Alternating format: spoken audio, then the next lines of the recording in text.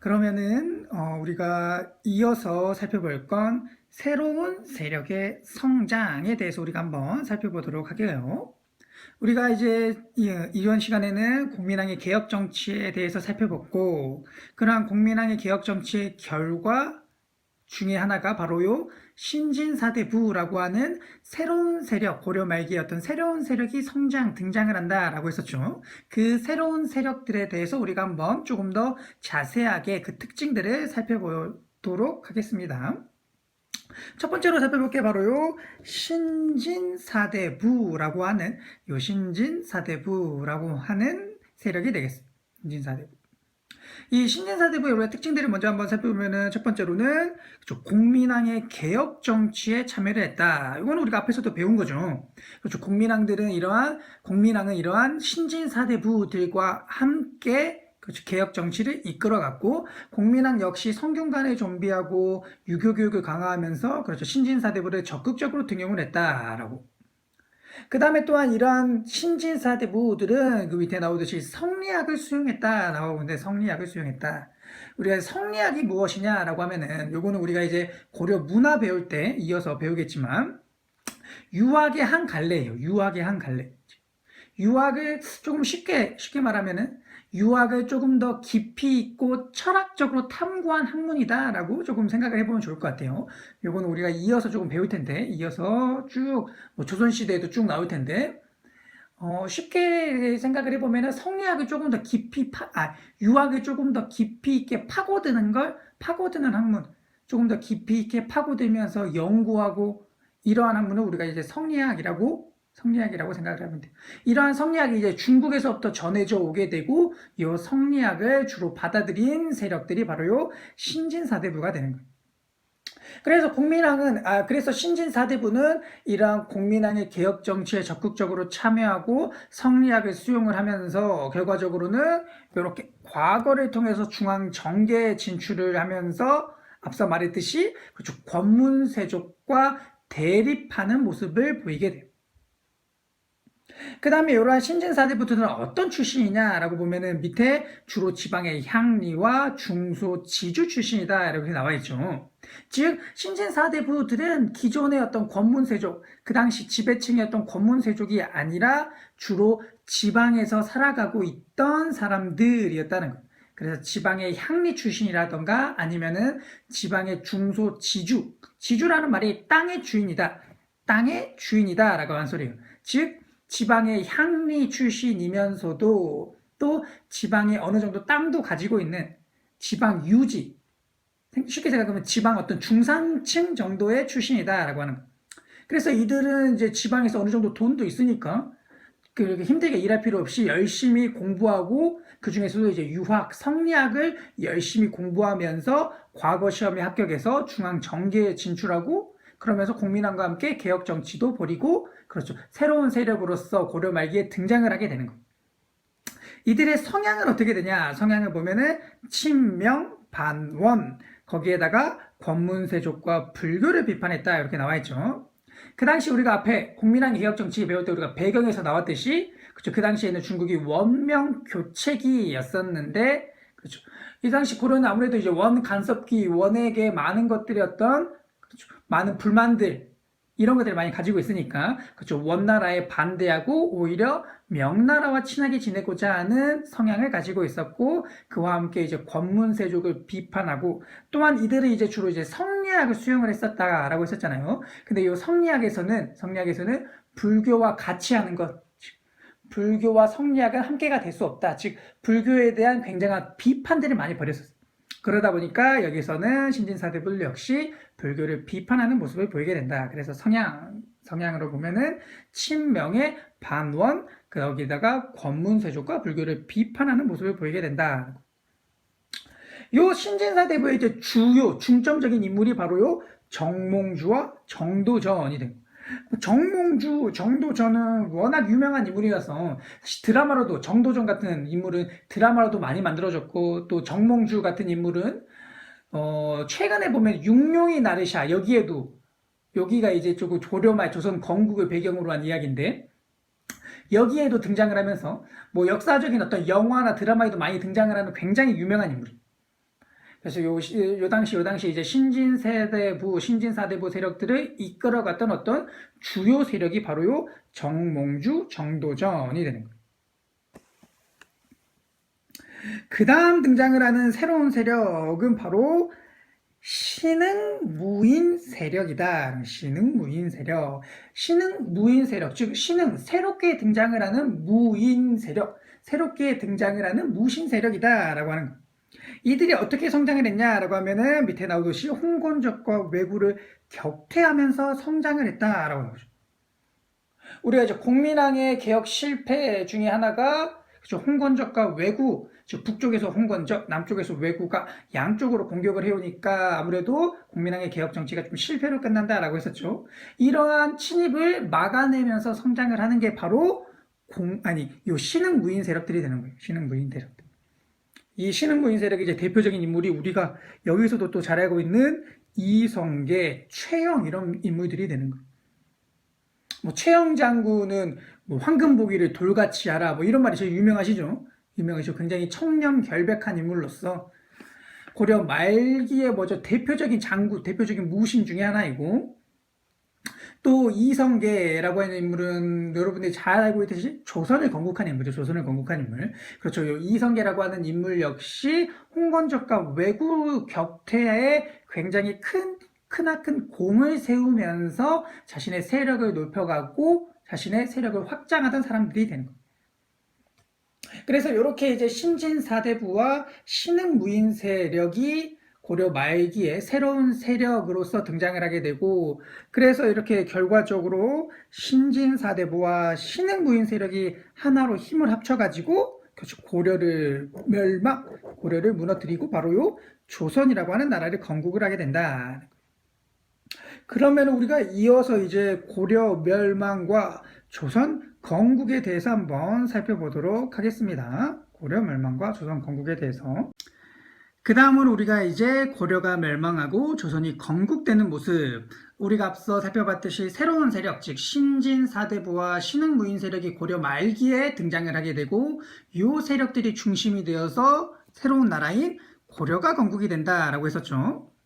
그러면 이제 고려가 멸망하고 조선이 건국되는 우리가 과정을 조금 간략하게 살펴보도록 할게요.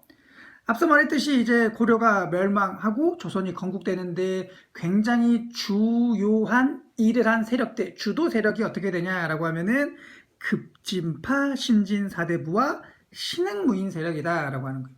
우리가 앞서는 이제 그냥 신진사대부를 배웠었는데 여기서는 이제 급진파 신진사대부라고 나오잖아요. 여기 나오듯이 이제 신진사대부는 이제 고려 말기에 가면은 두 파로 나눠지게 돼요. 급진파와 온건파로. 급진, 온건에서 우리가 조금 느낌이 올 수 있는데 급진파 신진사대부들은 급진적인 성향, 개혁적인 성향을 많이 가지고 있는 거예요. 그래서 이제 고려라고 하는 나라는 이제 기운이 다 있다. 고려라고 하는 나라는 이제 몰아내고 멸망시켜. 고려라고 하는 나라는 이제 뒤로 보내버리고 새로운 나라를 건설을 해서 나라를 이끌어가야 된다라고 하는 이렇게 새 나라의 건설을 주장을 하는 세력들이고 여기에 대표적인 인물이 바로 아까 봤던 우리가 정도전이 되는 거고 그 다음 온건파, 온건한 입장이다. 즉 우리는 아무래도 어떻게 됐든 무슨 일이 있더라도 고려왕, 고려의 신하이다. 고려의 신하. 우리는 지금 고려 사람이야. 고려라고 하는 우리의 나라 왕에 대한 어떤 충성 이런 것들을 다 저버려서는 안 된다. 즉 고려라고 하는 나라는 유지를 하면서 개혁을 하자라고 하는 입장이었어요. 대표적인 사람이 정몽주라고 하는 사람이고 정몽주라고 하는 사람. 그래서 여기서 이제 고려 멸망을 주도하고 조선 건국을 주도했던 사람이 그래서 이제 급진파 신진사대부, 새 나라의 건설을 주장을 하던 급진파 신진사대부와 신흥무인 세력이 되는 거예요. 그래서 정도전 중심의 급진파 신진사대부와 이성계 중심의 신흥무인 세력이 주도해서 조선의 건국이 이루어지게 된다는 거예요. 그러면 우리가 그 과정을 한번 살펴보면은 그 과정을 보면 첫 번째로는 이제 명나라부터 시작을 하게 되는데 그 당시 이제 명나라와 원나라의 중국에서의 어떤 다툼이 결국에는 누구의 승리로 끝나가게 되냐라고 하면은 명나라의 승리로 주로 이제 끝나가게 돼요. 명나라가 이제 승기를 잡고 원나라, 몽골을 북쪽으로 몰아내 버리고 중국의 본토를 이제 대부분 차지하게 되고, 그러니까 이제 명나라가 우리 고려에 뭘 요구를 하냐라고 하면은, 우리가 이제 공민왕 때 쌍성 총관부 공격에서 되찾아온 천령 이북 땅에 다시 내놓으라 라고 하는 거예요. 반환을 해놔라 라고 요구를 하는 거예요. 여기 원래 우리 땅이었잖아. 원래 우리나라, 이 명나라 전에 원이 차지하고 있던 땅이었잖아. 그러니까 원나라 밀어내고 등장한 우리나라가 요 땅 차지하는 게 맞다. 요 땅 내놔라 라고 하는 거예요. 그러면 고려 정부는 당연히 거절을 하겠죠. 이걸 어떻게 찾아온 땅인데, 우리 선조인 선왕인 공민왕이 힘들게 찾아온 땅인데 요거를 뺏길 수 있냐? 정부는 거절을 하게 되고, 오히려 이 당시 이제 최영 장군이 요동 정벌을 추진하는 거예요. 이대로 있을 수는 없다. 오히려 본때를 보여줘야 돼. 우리 힘을 보여줘야 된다. 아예 우리가 먼저 선빵을 쳐버리자. 선제 공격 날리자. 요동 정벌을 추진하게 돼요.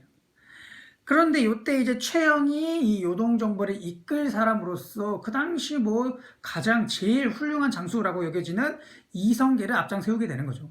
이성계한테 가서 성계야, 너가 가서 요동정벌해라 라고 하는 거예요.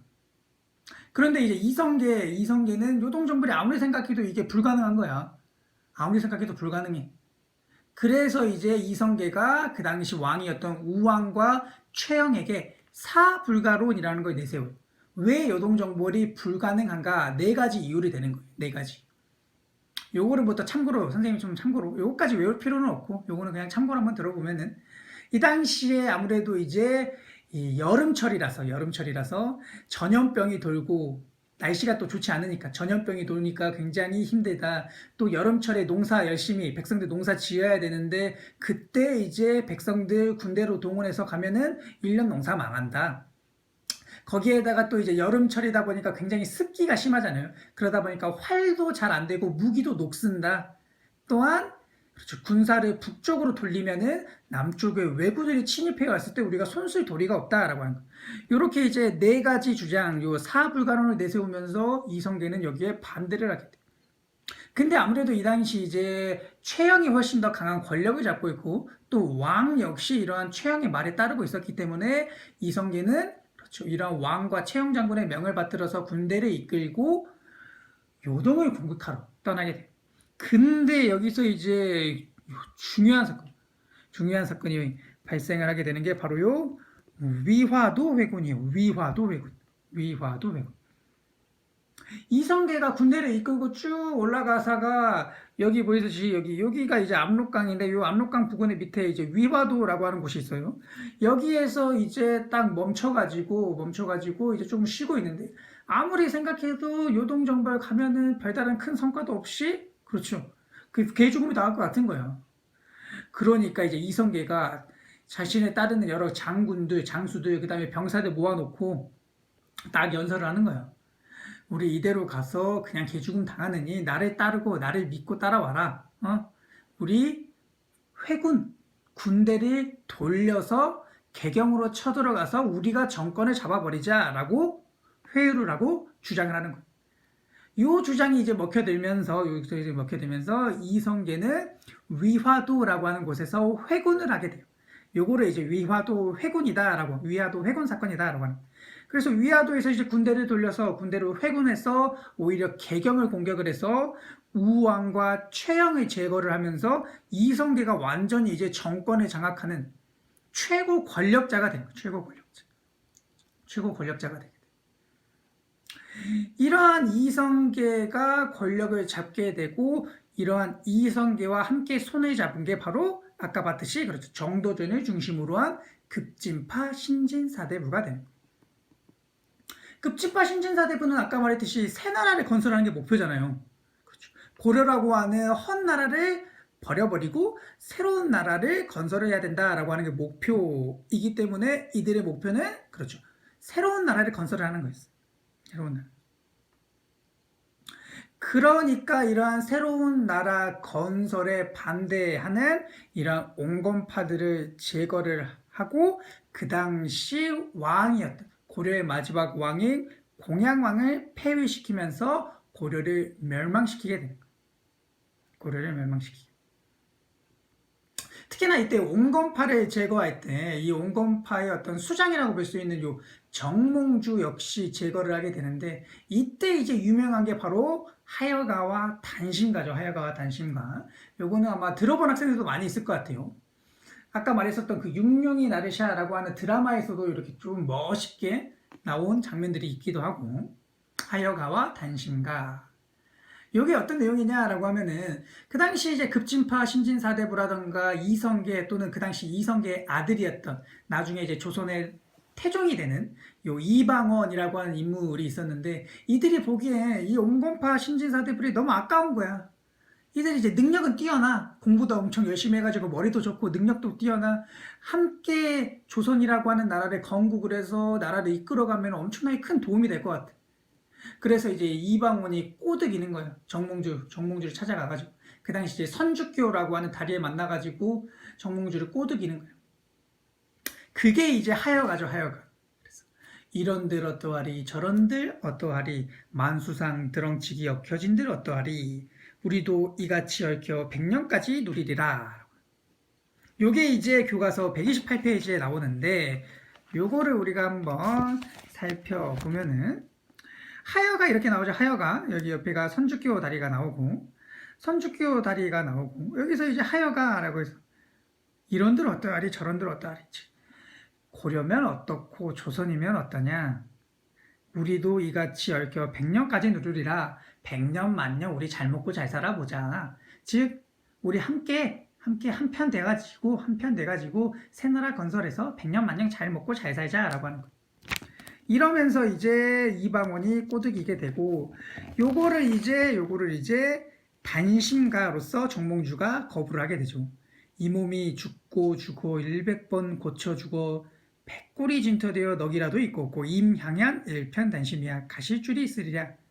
즉 내가 죽어 100번 고쳐 죽어 내가 몇백 번을 죽는다고 하더라도 임향양 일편단심이야. 즉 고려에 대한 어떤 충성심은 일편단심이다라고 하는 거. 굉장히 멋있죠. 우리나라 선조들은 이렇게 멋들어지게 이제 시조로 서로 이야기를 주고받는 거예요. 멋들어지.